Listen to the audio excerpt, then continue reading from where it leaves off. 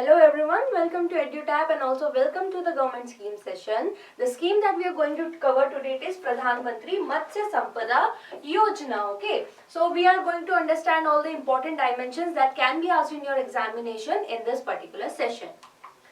So see, if we look at the name which is Matsya Sampada Yojana, so here in Matsya it means fish. So herein we are talking about fish, and then Sampada it means to prosper. Okay, Sampada it means to prosper or to flourish. So herein we are talking about prosperity in the fisheries sector and to why? So that we can achieve the goal of our blue revolution. To bring blue revolution here in India, we are focusing on the fisheries sector, and hence we have the government, it came up with the scheme which is Pradhan Mantri Matsya Sampada Yojana. So see, the launch year of this scheme, it is 2020 and it falls under the Ministry of Fisheries, Animal Husbandry and Dairying. Okay. Next, we are going to look at what is the aim of the scheme. Okay, so the aim herein, as I have already told you, so that is to have sustainable, that means flourishing this fisheries industry, but along with that not harming the environment, not hampering the environment. Okay, and responsible development of fisheries sector, because see, we are one by one, step by step, we are focusing on different sectors of agriculture. Here in fisheries, still there is a lot to be done. There is a lot of technology that need to be introduced. There is a lot of infrastructure that have to be made, and a lot of awareness among people have to be made regarding this sector. Okay, so it has a lot of scope to grow, and that is why government, it came up with this scheme for the same purpose. So what is the tenure? So for now it has been launched in 2020 it was launched, right? So for now it has been launched for 5 years. It may be relaunched, or as in second phase can be launched after this, but for now it is to 24-25. And who are the beneficiaries? So see, beneficiary here has a lot of list that has been made by, that has been given by the department. So herein you are looking at it, everything that is related to fishes. So herein we are talking about fishermen, fish farmers, fish workers, fish vendors, fisheries cooperatives federation, FPOs that are related to it. Okay, then fisheries development corporation, SC/ST women, differently abled people. So all are included in this. Self-help groups we have, joint liability groups and individual entrepreneurs. Whoever wants to be part of this fisheries sector, whoever want to be the part of the growth of fisheries sector, they all are welcomed and will be given help under this particular scheme. Total outlay that has been designed 50 crore, and for this financial year 22-23 the outlay it has been given 1879 crore. Okay, 1879 crore. In last year budget that was just 1000 crore. So this time the budget has been increased for this particular scheme. Alright. Next, look at the target. So what will be the target under this? So see, there are 3 targets that would be focused on, and these are, as you can see, first one is fish production and productivity. The first target under this scheme will be to have more fish production and also productivity. What is difference between production and productivity? Production is the n number of fishes that will be cultivated in any amount of area. Okay. But in productivity, we focus on lesser number of area and more output.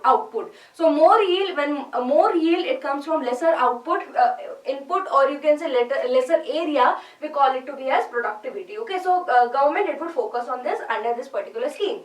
Next is economic value addition, and third one is enhancing income and employment generation. So these are sub points under this also. Now let's understand them one by one. Okay, herein we are talking about economic value addition, means the value it would add to our economy. What it we are talking about? The fishery sector.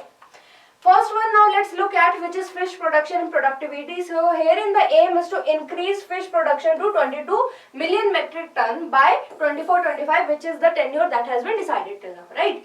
Next one is enhancing aquaculture productivity to 5 ton per hectare from current average, that is 3 ton. So we have to encourage the productivity also from current 3 ton to 5 ton.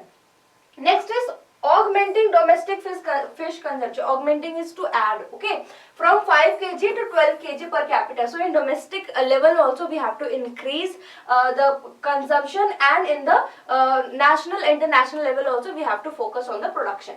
Second, we talked about economic value addition. So herein we are saying that increasing contribution of fishery sector to agriculture GVA, gross value added. So in agriculture GVA, it is expected, or the aim is to bring it to 9% by 24-25 from 7.28% in 28-29. So we have taken 18-19 as base year. So herein the aim is to increase the contribution of fisheries in agriculture from this 7.28 to 9% by 24-25.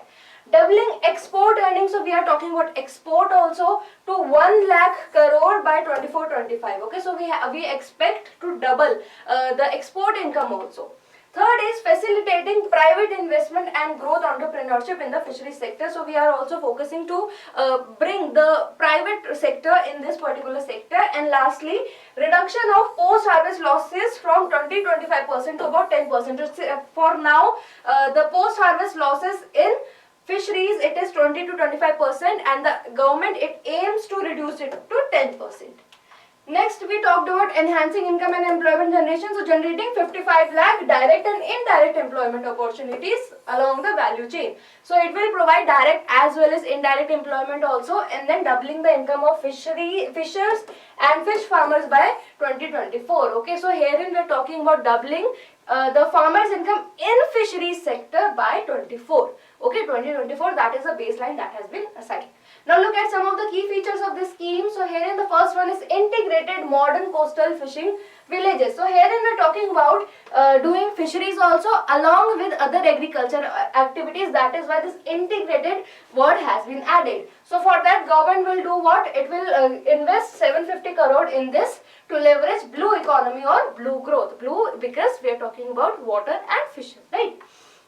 Next is a well-structured implementation framework would be established. Okay, so next is cluster or area-based approach. So herein we will focus on a particular area and what is the need of that particular area. If we are teaching, we'll teach in a cluster for better demonstration purpose. Okay, next is thrust will be given to infusing new and emerging technologies. So of course new technologies will be added. There are various technologies that have come in agriculture. We are talking about biofloc, we are talking about aquaponics, we are talking about cage cultivation.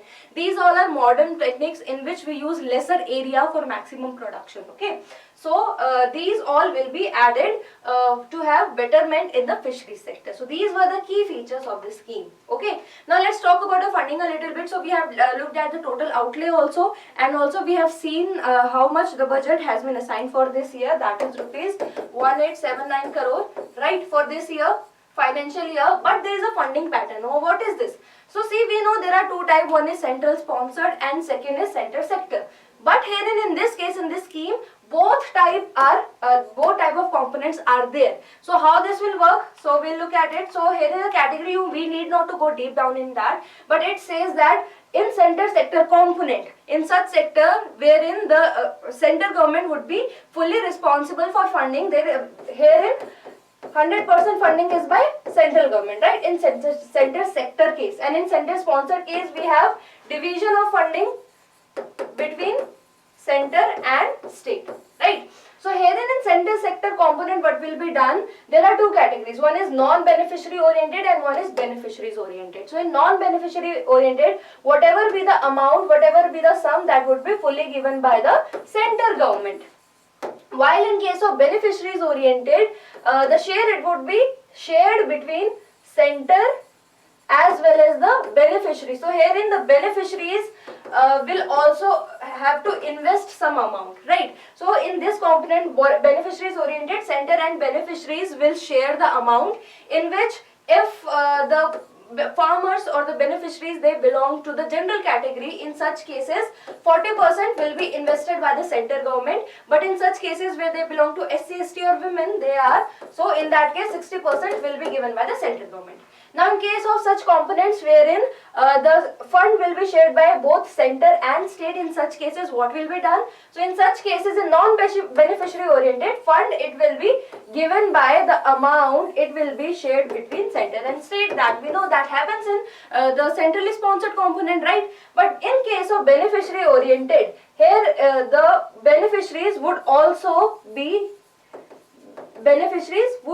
have to add or contribute into the expenses that will be done under this particular section or the component. Herein also same is the case. So in case of general, 40% will be, this 40% share will be given by center and state, while in case of SC, ST and women, 60% of the share will be given by the center and state. Okay, so this is the funding pattern that is under this. So let's have a quick revision. That is all we have to remember. So here in the launch year of is 2020 and it falls under the Ministry of Fisheries, Animal Husbandry and Dairy. Aim is to promote sustainable fish production and to enhance fish production and productivity by improving infrastructure, introducing new technology and all things like that. Beneficiary, we have seen everyone who is related to fisheries or who wants to be a part of fishery sector, they all will be the beneficiaries. Key features are integrated modern coastal fishing villages. Apart from that, cluster or area based approach will be followed. Two separate components are there, one is center sector and one is center sponsored, that we have looked at. Alright. So that is all in this particular scheme. If you are new to our channel, kindly subscribe to it to see regular videos, and you can also join our Telegram channel to get the PDF of every lecture that we provide here on YouTube. So that is all in this particular video. I hope this was fruitful for you all, and we'll meet again with another important government scheme. Until then, all the very best for your examination and thank you.